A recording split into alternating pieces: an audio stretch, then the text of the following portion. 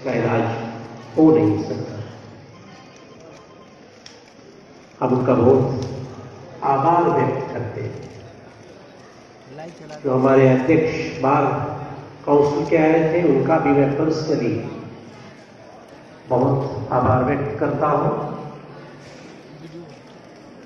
श्री अरोड़ा जी, मेरे बड़े भाई श्री उमेश नारायण शर्मा जी, जिन्होंने मेरी तमाम मुश्किलातों का इलाहाबाद में पहले दिन से ही ख्याल रखा। लोगों को लगा कि शायद उमेश नारायण जी को हमने सम्मानित किया था एक दिन स्टेज पे, तो इसीलिए हम एक दूसरे को जानते हैं। लेकिन जिस दिन मैं इलाहाबाद आया हूँ, उस दिन से ही हमारे यूनिवर्सिटी और हमारे साथ पर्सनली जुड़े हुए हैं। मैं इनका भी आभार व्यक्त करता हूँ। हमारे डॉक्टर चौहान साहब यहाँ, इनकी काफी प्रशंसा हमने सुनी है, इनका भी मैं आभार व्यक्त करता हूँ यहाँ आने के लिए, उपस्थित होने के लिए और अपना समय देने के लिए। श्री गुलाटी जी को भी हम बहुत बहुत थैंक्स देना चाहते हैं। मेरे दूसरे भाई सतीश अग्रवाल जी, जो ऑफर मिलते रहते हैं और कभी कभी मैं 1-2 महीने में नहीं मिलते हैं तो वो पूछने लगता हूं कि मैं कहाँ गए सतीश जी। मैं इनका भी बहुत आभार व्यक्त करता हूं, क्योंकि ये उन खास लोगों में से है जो मुझे मेरे ऑफिस के अंदर आके इतना प्रोत्साहित करते हैं, कहने की बात है। मेरे छोटे भाई उत्पल राय जी, उनके लिए तो मेरे पास अल्फाज ही नहीं है थैंक्स देने के।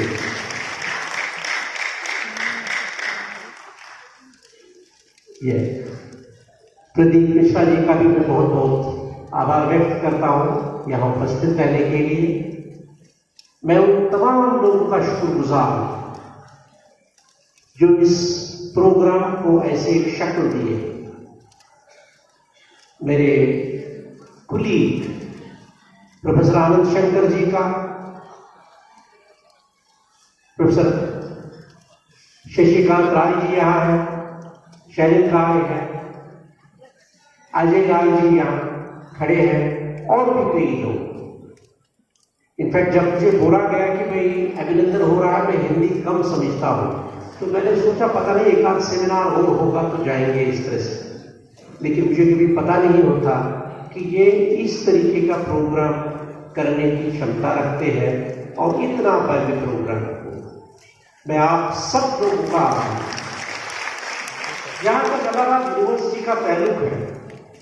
मैंने पहले दिन से ही कहा कि देखिए, इलाहाबाद यूनिवर्सिटी हमारी सबों की माँ है, क्योंकि माँ के गर्भ में जो है आदमी 9 महीने रहता है और मां के साथ छल नहीं कर सकता। आप दोस्त के साथ भी छल कर सकते हैं, आप किसी के साथ छल कर सकते हैं, लेकिन मां को आप वायोलेट नहीं कर सकते। लेकिन जब नागपाल से मैं ऑफिस में चला और कागजात देखने लगा, लोगों से मिलने लगा, मुझे लगा इस मां के सरेआम कपड़े उतारे गए। ऐसा छल इलाहाबाद यूनिवर्सिटी के साथ किया।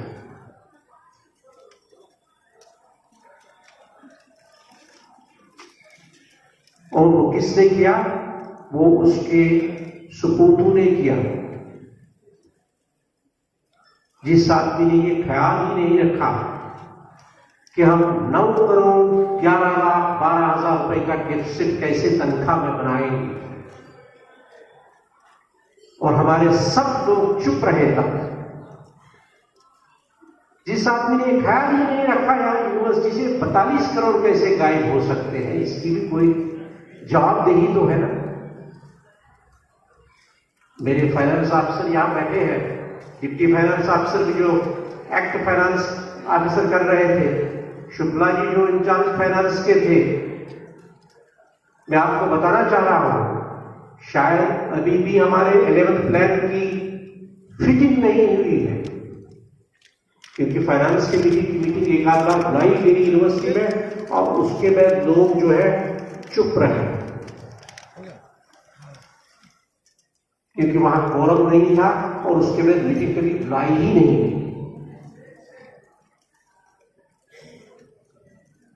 दिल्ली में इतनी बड़ी नौबत आई कि ताकि तनख्वाह ही लोगों का बंद कर, लेकिन हम पर्सनल लेवल की गारंटी लेके तनख्वाह आए।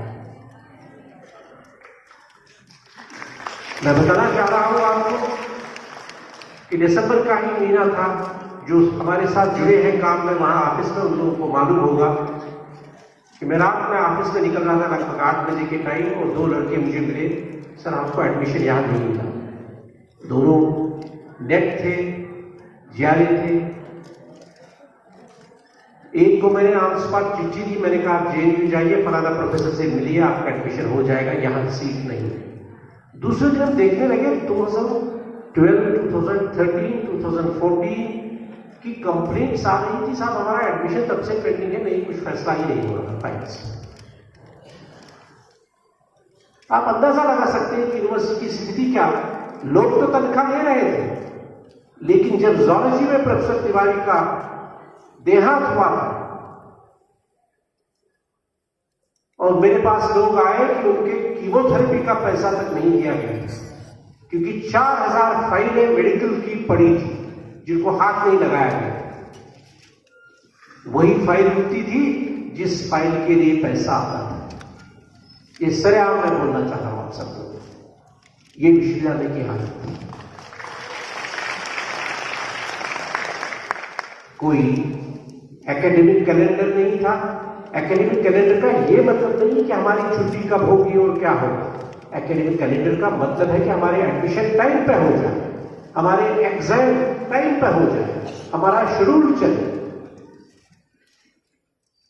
उसके बाद डिपार्टमेंट्स को दोहरा करना शुरू कर दिया, तो कई डिपार्टमेंट्स में हम देखें टीचर तो हमारे है ही नहीं। हम कई जगह कह चुके हैं, कितने लोगों से हम काम चलाते हैं, हमारे यहां लेस देन हाफ। कई लोगों के CS केसेस की प्रमोशन रुक चुकी थी। दर लोग जा रहे थे ऑफिस से एक कमरे में, दूसरे कमरे में, तीसरे कमरे में, और फाइलें छुपाई जा रही। मैं आपको एक इंटरेस्टिंग किस्सा बताना चाह रहा हूं। फाइनेंस में एक साथ की CBI इंक्वायरी आई और हमारे पास लेटर आया, कागज भेजो इनके। हमने देखा कि लीगली उस आदमी ने यहां से जाके लीविंग तक नहीं दी है, और एक बाबू हमारे कमरे में तीसरे चौथे दिन जो रिटायर हो गए हैं, आए कागजों का गत्था लेके, साहब कभी जरूरत पड़े तो बता दीजिएगा, मैं वो फाइल कुछ घर में रखा हूं।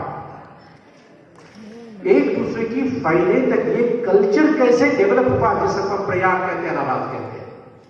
भाई रिलीजियसिटी से तो आप लोगों को ये ज्यादा ही ऑडिट होना चाहिए। इसमें किसने किसी की फाइल चुराई गई, उसका कौन सा पैसा मिलने वाला था किसी को, लेकिन एक इंस्टीट्यूशन की बुनियाद को खोखला कर दिया। लेकिन याद रखें, उस इंस्टीट्यूशन की बुनियाद